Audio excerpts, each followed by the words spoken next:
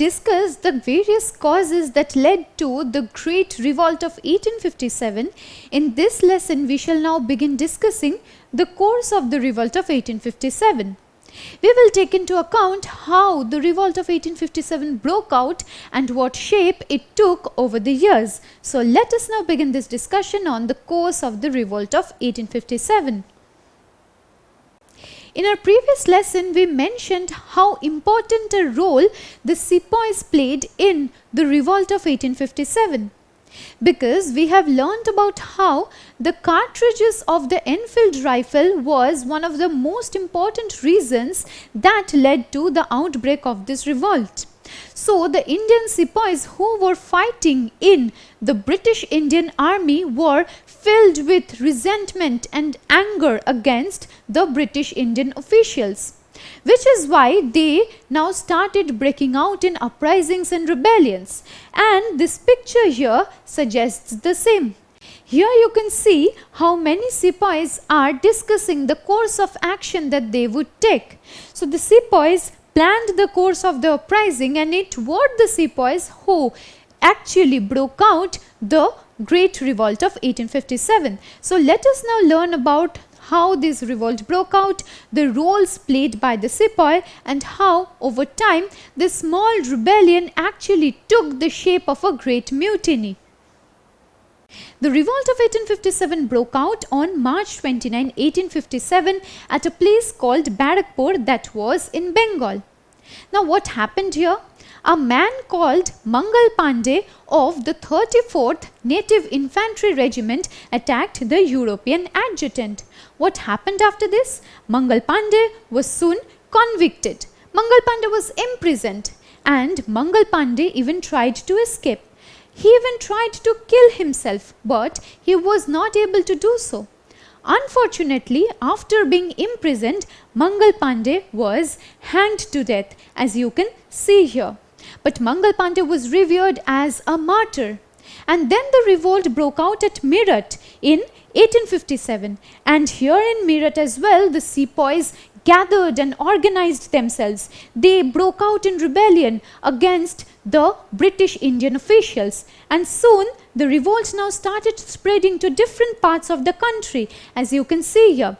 And it was Mangal Pandey who began this revolt of 1857. The revolt now reached Delhi. And what happened in Delhi? It was in Delhi where the Indian sepoys of the British Indian Army now proclaimed Bahadur Shah Zafar as the Emperor of India. And this is how the revolt of 1857 broke out. Now the old Mughal Emperor Bahadur Shah Zafar was not very willing to be up in arms against the mighty British power. But it were his soldiers, the Indian sepoys, who now wanted him to be the Emperor of India and be up in arms against the British East India Company. And after seeing that this was his final opportunity to proclaim himself as the Emperor of India and gain power over the masses, Bahadur Shah Zafar now decided to lead the revolt of 1857. Now his decision to lead the revolt of 1857 had widespread implications. Firstly, when he decided to lead the revolt, he now started organizing and coordinating the movement properly. What did he do? He started writing to the local state rulers and nawabs. And while he did so, he wanted to gain the support of those nawabs, those rulers, as well as the Indian masses. Now the Indian masses realized that this was the final chance to fight against the British East India Company. And at the same time, the local nawabs and rajas also realized that if Emperor Bahadur Shah Zafar ruled the subcontinent, then they will also be able to rule under his authority. Because under the British East India Company, those local rulers and nawabs and rajas had lost their autonomy and independence, which is why they now decided to support Bahadur Shah Zafar in fighting against the British East India Company. And at the same time, his leadership of the revolt of 1857 also boosted the morale of the rebels, because the rebels found in him an able leader, and they also realized that if Bahadur Shah Zafar, who was a Mughal emperor, led their movement, led their rebellion, then they would emerge successful. Because the Mughal Empire has been a mighty one to rule over the subcontinent for many centuries. The Mughal Empire boasted of a prestige, of a power, and so this person, as in Bahadur Shah Zafar, was also the symbol of power that the Mughal Empire embodied, which is why his leadership of the revolt of 1857 had very widespread implications. He was playing a very important role in bringing together the rulers and nawabs who were being threatened by the British East India Company's rule over the Indian subcontinent. We mentioned that the revolt of 1857 broke out in Barakpur. We learned that it was Mangal Pandey who actually began the revolt on March 29, 1857 at Barakpur, and soon enough it reached Meerut and Delhi by the May of 1857. And this revolt spread like wildfire through the northern and central parts of the Indian subcontinent, and the places where this revolt gained great impetus can be seen here on the map. Here, Meerut, Delhi became the centers or the focal points of the revolt, and at the same time revolts and uprisings also broke out at Bareilly, Lucknow, Gwalior, Jhansi, Faizabad, Kanpur and Satara. So we can understand that the revolt soon spread all across the northern and central parts of the Indian subcontinent, and it did not take very long for this revolt to spread to these different parts, because at this point of time the Indian masses were united on common grounds. They wanted to fight back the British East India Company so that all these territories could once again enjoy their own power, their own autonomy and independence. So this was how the revolt of 1857 spread over northern and central parts of the Indian subcontinent simply on the grounds of shared sentiments. Now, when Bahadur Shah Zafar was proclaimed the Emperor of India and he was organizing the various rulers and nawabs and rajas of various Indian states, all these rulers and nawabs now got confidence. They believed that they would now be able to organize a proper rebellion against the East India Company.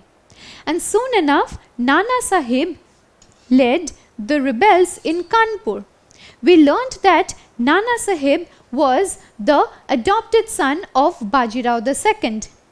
And because of the policy of doctrine of lapse, he was not given the recognition as the successor to the throne. In fact, he was not even given the pension that he deserved as a prince. And Nana Sahib was very wise and courageous. He used the resources he had to organize the masses so that he can wage a proper rebellion against the East India Company officials. Now, Nana Sahib declared himself Peshwa, and he was now a governor under the Mughal Emperor Bahadur Shah Zafar. Now, all these local rulers and nawabs and rajas knew that if Bahadur Shah Zafar remained the power or the symbol of power in the Indian subcontinent, they would be able to rule under his authority. The British East India Company did not give any space or recognition to these local nawabs and rajas and simply annexed their territories. But if Bahadur Shah Zafar remained the emperor of the Indian subcontinent, then all these local nawabs and rulers and rajas would be able to rule under his suzerainty.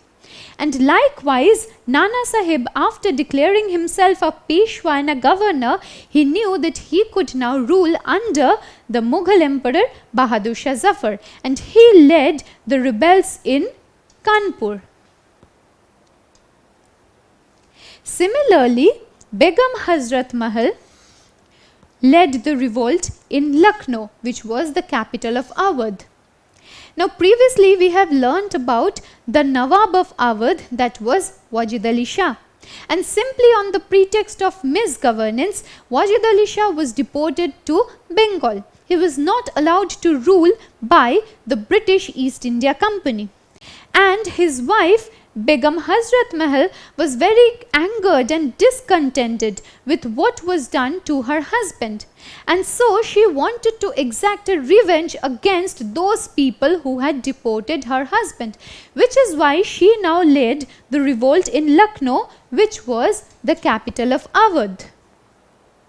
Now we have also learnt that the successors or the sons of Wajid Ali Shah were not allowed to rule the kingdom of Awadh. But when this revolt of 1857 broke out, Bijris Qadir, who was the son of the deposed Nawab Wajid Ali Shah, now occupied the throne, and he acknowledged the authority of Bahadur Shah Zafar. So the point that we need to keep in our minds here is that every local ruler, Nawab or Raja now accepted the suzerainty of Bahadur Shah Zafar as the Emperor of India. Now they were willing to rule under his suzerainty, they were willing to rule under his governance. And so Bijris Qadir also acknowledged the authority of Bahadur Shah Zafar, and at the same time he also occupied the throne of the kingdom of Awadh. So these were very important moments in the history of the revolt of 1857. Now at this point the Britishers were not at all prepared to witness what was happening in the subcontinent. Uprisings were breaking out in several parts of the subcontinent, as we just mentioned, and all these local rulers and Nawabs and Rajas were now claiming and re-establishing their authority over their own territories. But before proceeding with this lesson, let me ask you a question. Who led the revolt in Lucknow? Do you think it was led by Bijris Qadir, Begum Hazrat Mahal, Nana Sahib or Rani Lakshmi Bai? Well, the correct answer is Begum Hazrat Mahal. She was the deposed wife of the Nawab Wajid Ali Shah, and in order to exact a revenge on those people who had deported her husband, she led the revolt in Lucknow. At this point of time, revolts were breaking out in several parts of the Indian subcontinent, and Rani Lakshmi Bai led the revolt in Jhansi. While talking about the policy of the doctrine of lapse, we made a mention of Rani Lakshmi Bai. Rani Lakshmi Bai's adopted son Damodar Rao was not recognized as an official heir to the throne, which is why Jhansi was annexed under the policy of the doctrine of lapse. But Lakshmi Bai was a very courageous woman. She was a brave warrior, and she was in no way willing to be subdued by British domination, which is why she led the revolt in Jhansi. Now Rani Lakshmi Bai joined hands with Tatia Tope. Now Tatia Tope was a general of Nana Sahib.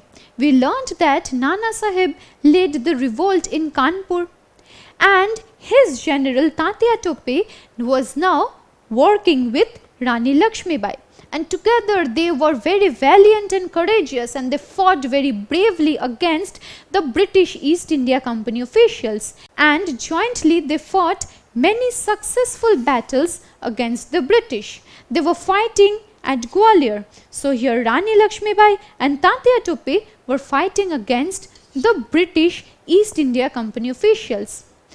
So together Rani Lakshmi Bai and Tatia Tope fought many battles against the British East India Company officials. In one such battle that was fought in Gwalior, which was unfortunately the last battle to be fought by Rani Lakshmi Bai, Lakshmi Bai had dressed up in the attire of a male soldier with her child tied to her back. Can you imagine how valiant and courageous this woman was? And after her death, even Sir Hugh Rose, who was a part of the commanding army of the British East India Company, also admired the great strength and determination of Rani Lakshmi Bai. So she was a very valiant and very powerful woman who fought many battles against the Britishers. Likewise, Maulavi Ahmadullah Shah led the revolt in Faizabad.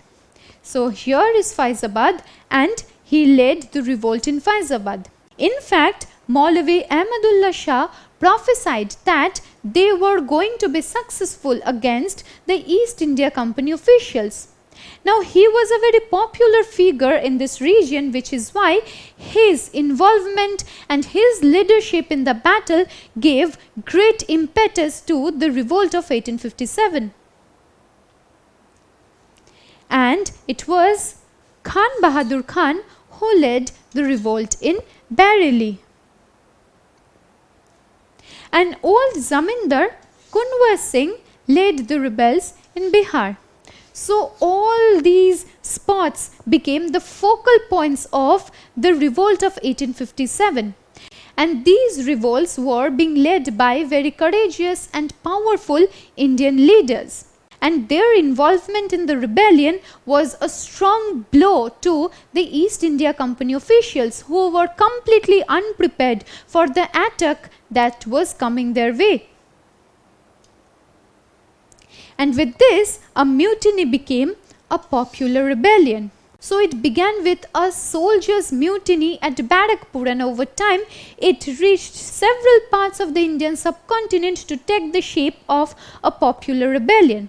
Now, the revolt of 1857 has been a very important moment in the history of the Indian subcontinent. Firstly, the masses were mobilizing and organizing themselves against the British East India Company officials. And at the same time, the leaders were also providing very able leadership and guidance to the masses. And in this lesson, we learned how various leaders in several northern and central parts of the Indian subcontinent were providing impetus and courage and determination to the rebels, to the Indian masses in their war and fight for freedom.